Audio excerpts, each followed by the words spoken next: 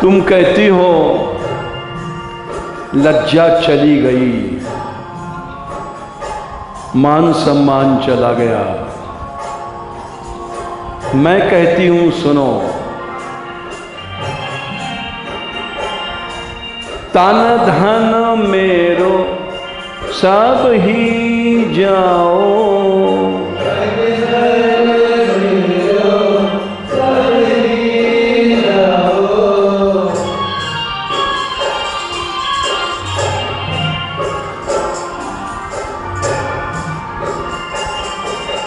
तन धन मेरो सब ही जाओ,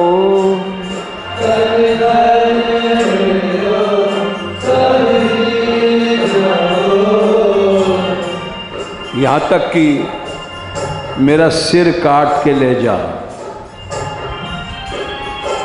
साधु संग नहीं छूटेगा। भालो मेरो शीस लहू,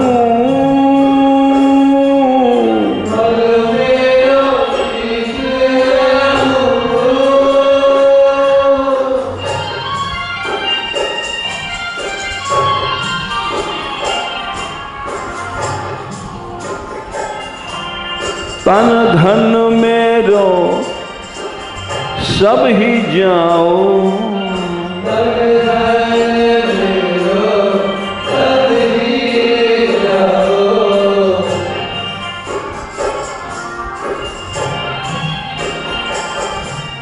भालो मेरो शीस लहू,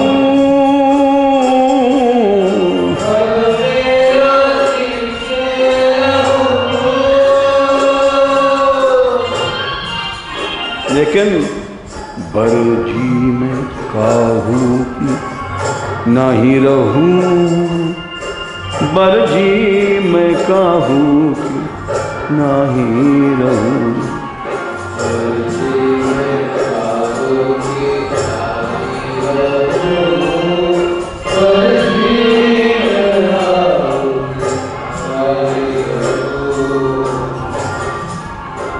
मेरा सिर काट के ले जा उदा, साधु संग नहीं छूटेगा।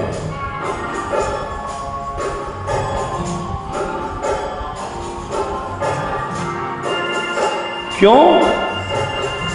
साधु संग इसलिए नहीं है लड्डू पूड़ी या और प्रलोभन नहीं है। मन मेरो लाग्यो सुमिरन सेती,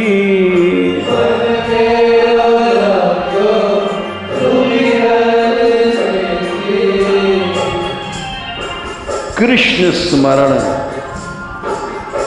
संत लोग बैठ करके कृष्ण गुण गाते हैं, इसलिए मैं साधु संग करती हूँ। इसके लिए हमें सिर देना मंजूर है।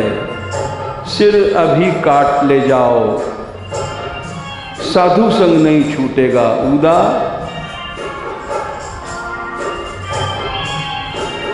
क्यों नहीं छूटेगा?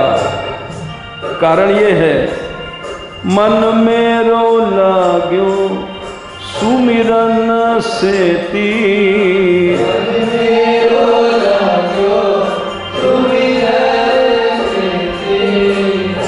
कृष्ण स्मरण होता है। इसके लिए तू जा, मैं सबकी आवाज, सबकी गालियां, सब निंदा सब सह लूंगी। मैंने छाती खोल दिए हैं, सब कुछ सह लूंगी। मेरे में कृष्ण कृपा से बहुत सहन शक्ति है। सारा संसार मेरी बुराई करके कुछ नहीं कर सकता है। सबका बोल सहूं,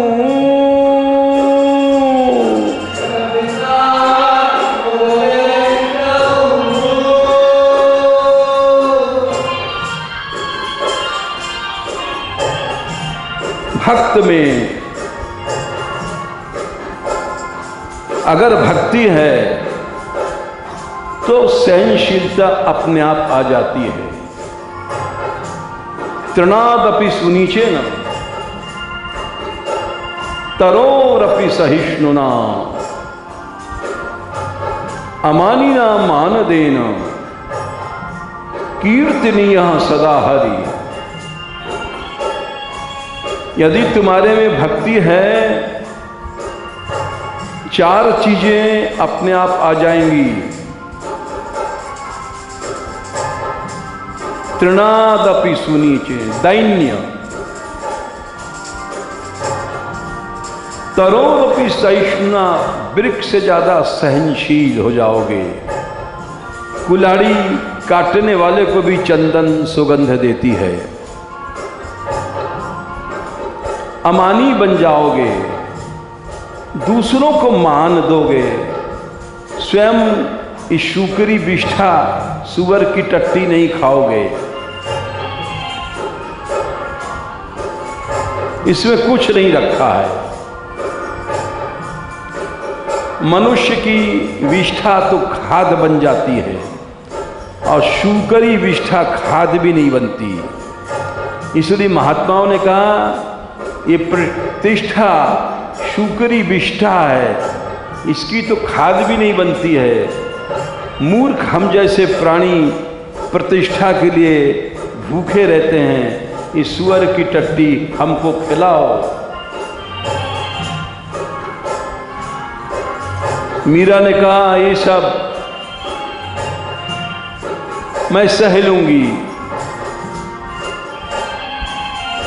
क्योंकि मान अपमान दो उधर पटके, ये हम सुना चुके हैं पद। निकसी हूं ज्ञान गली, जो भजन के लिए निकलता है वो इस सुअर की टट्टी नहीं खाता है। इसलिए सबका बोल सहूं,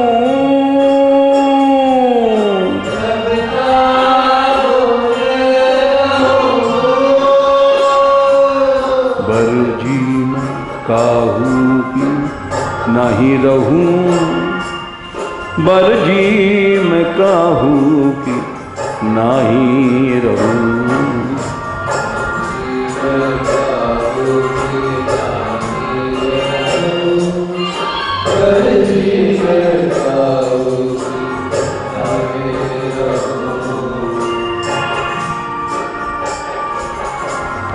मैं संतों की शरण में हूं, इसलिए मुझे अविनाशी कृष्ण अवश्य मिलेगा।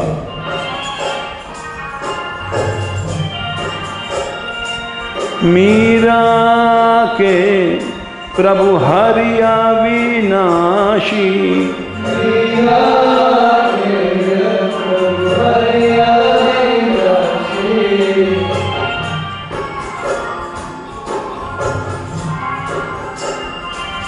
मीरा के प्रभु हरि अविनाशी,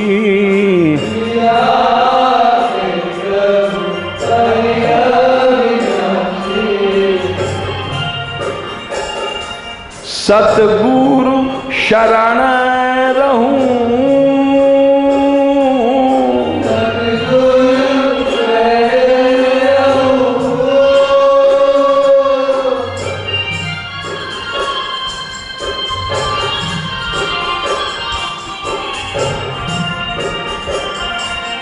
सतगुरु शरण रहूं,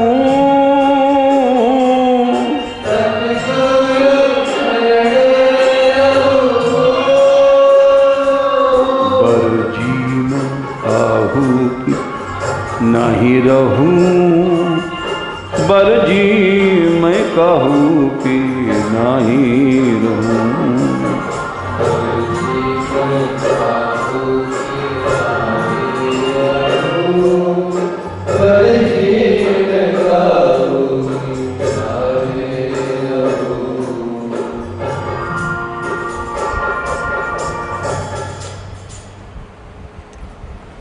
उदयबाई ने जो कठोर उत्तर दिया मीरा जी का, जाकर के ऐसे कि ऐसे अपने पिता राणा सांगा से कह दिया।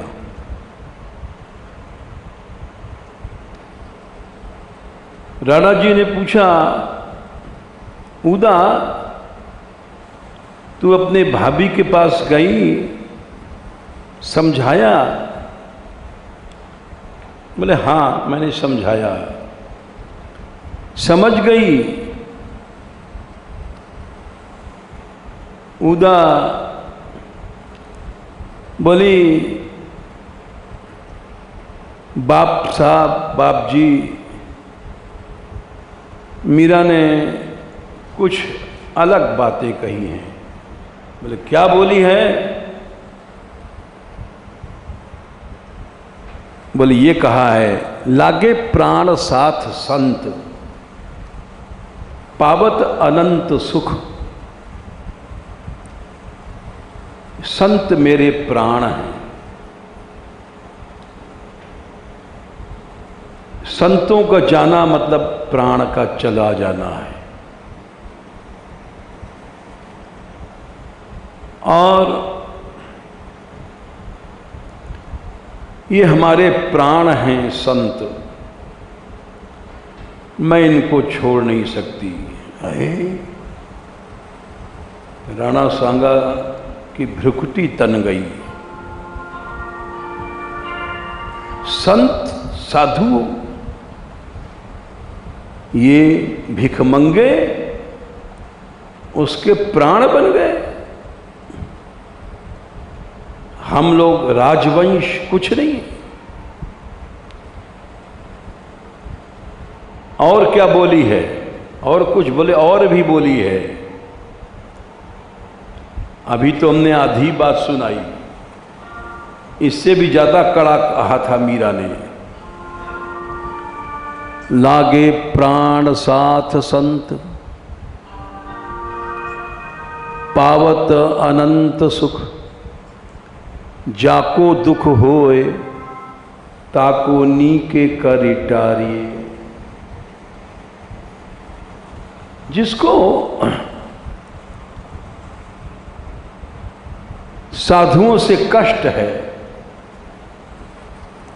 या दूसरा अर्थ ये भी है कि मुझसे कष्ट है। जाको दुख होए, दुख के दो ही कारण होते हैं। एक तो साधु लोग आते हैं, दूसरा मैं भी उनमें बैठती हूँ। तो यदि किसी को इस बात से दुख है तो न ताको नीके कर टारिये, उसको मेरे पास से हटा दिया जाए। ओ, ये बड़ा कड़ा उत्तर। उन्हीं के महल में रह करके और उन्हीं को निकलवा दिया जाए, ऐसे कैसा संभव है? महल तो राणा जी का है, चित्तौड़ तो राणा जी का है। तुम तो कल की आई भई एक बहू हो और कहती हो उसको हटा दिया जाए मेरे पास से, जैसे यही महारानी बन गई। जाको दुख होए, ताको नीके कर टारिये। बस सुनते मान। क्रुद्ध राणा बोले ठीक है,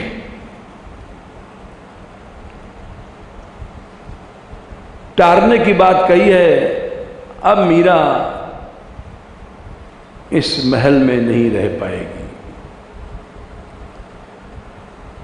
सदा के लिए इस संसार से विदा हो जाएगी।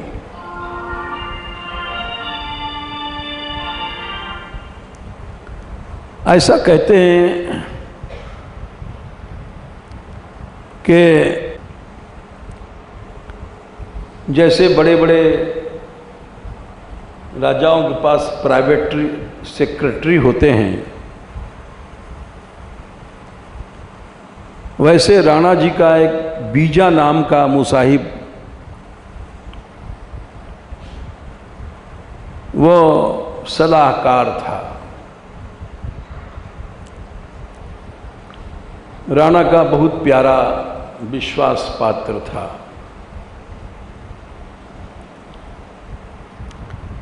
वर्गी जात का एक महाजन था।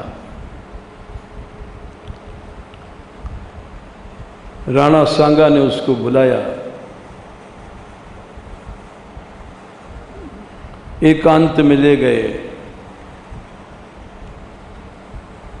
उसने कहा, राणा जी आपने कैसे याद किया? बोले याद इसलिए किया कि एक काली नागिन आ गई है हमारे इस महल में, वो कैसे मरे? बोले अरे नागिन को मारना बड़ा खेल है, नागिन को क्या है? अब छिप गई होगी, सपेरों को बुला लो, बैन बजाएंगे, आ जाएगी, मार देंगे। नहीं, काली नागिन वो बिल में छिपने वाली नहीं है, वो सबकी छाती पर नाच रही है। कौन है? नो भोजराज, हमारे बड़े लड़के की बहू मीरा। क्या हुआ? आपने तो बड़े धूमधाम से विवाह किया था, इतनी जल्दी? हाँ, हम उसको बहुत जल्दी मारना चाहते हैं। किस तरह से मारा जाए? हमने तुमको इसलिए बुलाया है।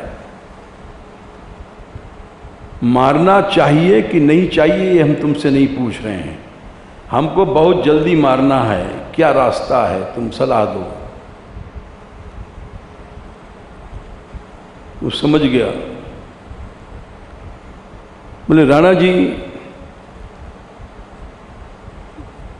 एक बार आप हमको क्षमा कर दें, ये बता दें कि उसका अपराध क्या है, तब उसके हिसाब से हम दंड की सोचें। राणा जी समझ गए कि घबरा रहा है, राठौरों की बेटी है। बोले नाचती है, भिखमंगों में, साधुओं में नाचा करती है, हमारी इज्जत चली गई है। और हमने जब बूदा से संदेशा भेजा तो उसने वो जवाब दिया है जो कि आज तक हमको इस जिंदगी में किसी की हिम्मत नहीं कि राणा सांगा के पास ऐसा जवाब, कोई हिंदुस्तान का, दिल्ली का बादशाह इब्राहिम लोदी की भी हिम्मत नहीं है कि हमको ऐसा जवाब दे। उसने कहा है कि भिखमंगे साधु हमारे प्राण हैं, मेरा प्राण भले चला जाए, इन भिखमंगों का साथ नहीं छोड़ेगी वो, इनमें नाचती है। और ये और कह दिया है, जिसको दुख लगे मेरे पास से उसको हटा दिया जाए। तो इसलिए उसको हटाना है।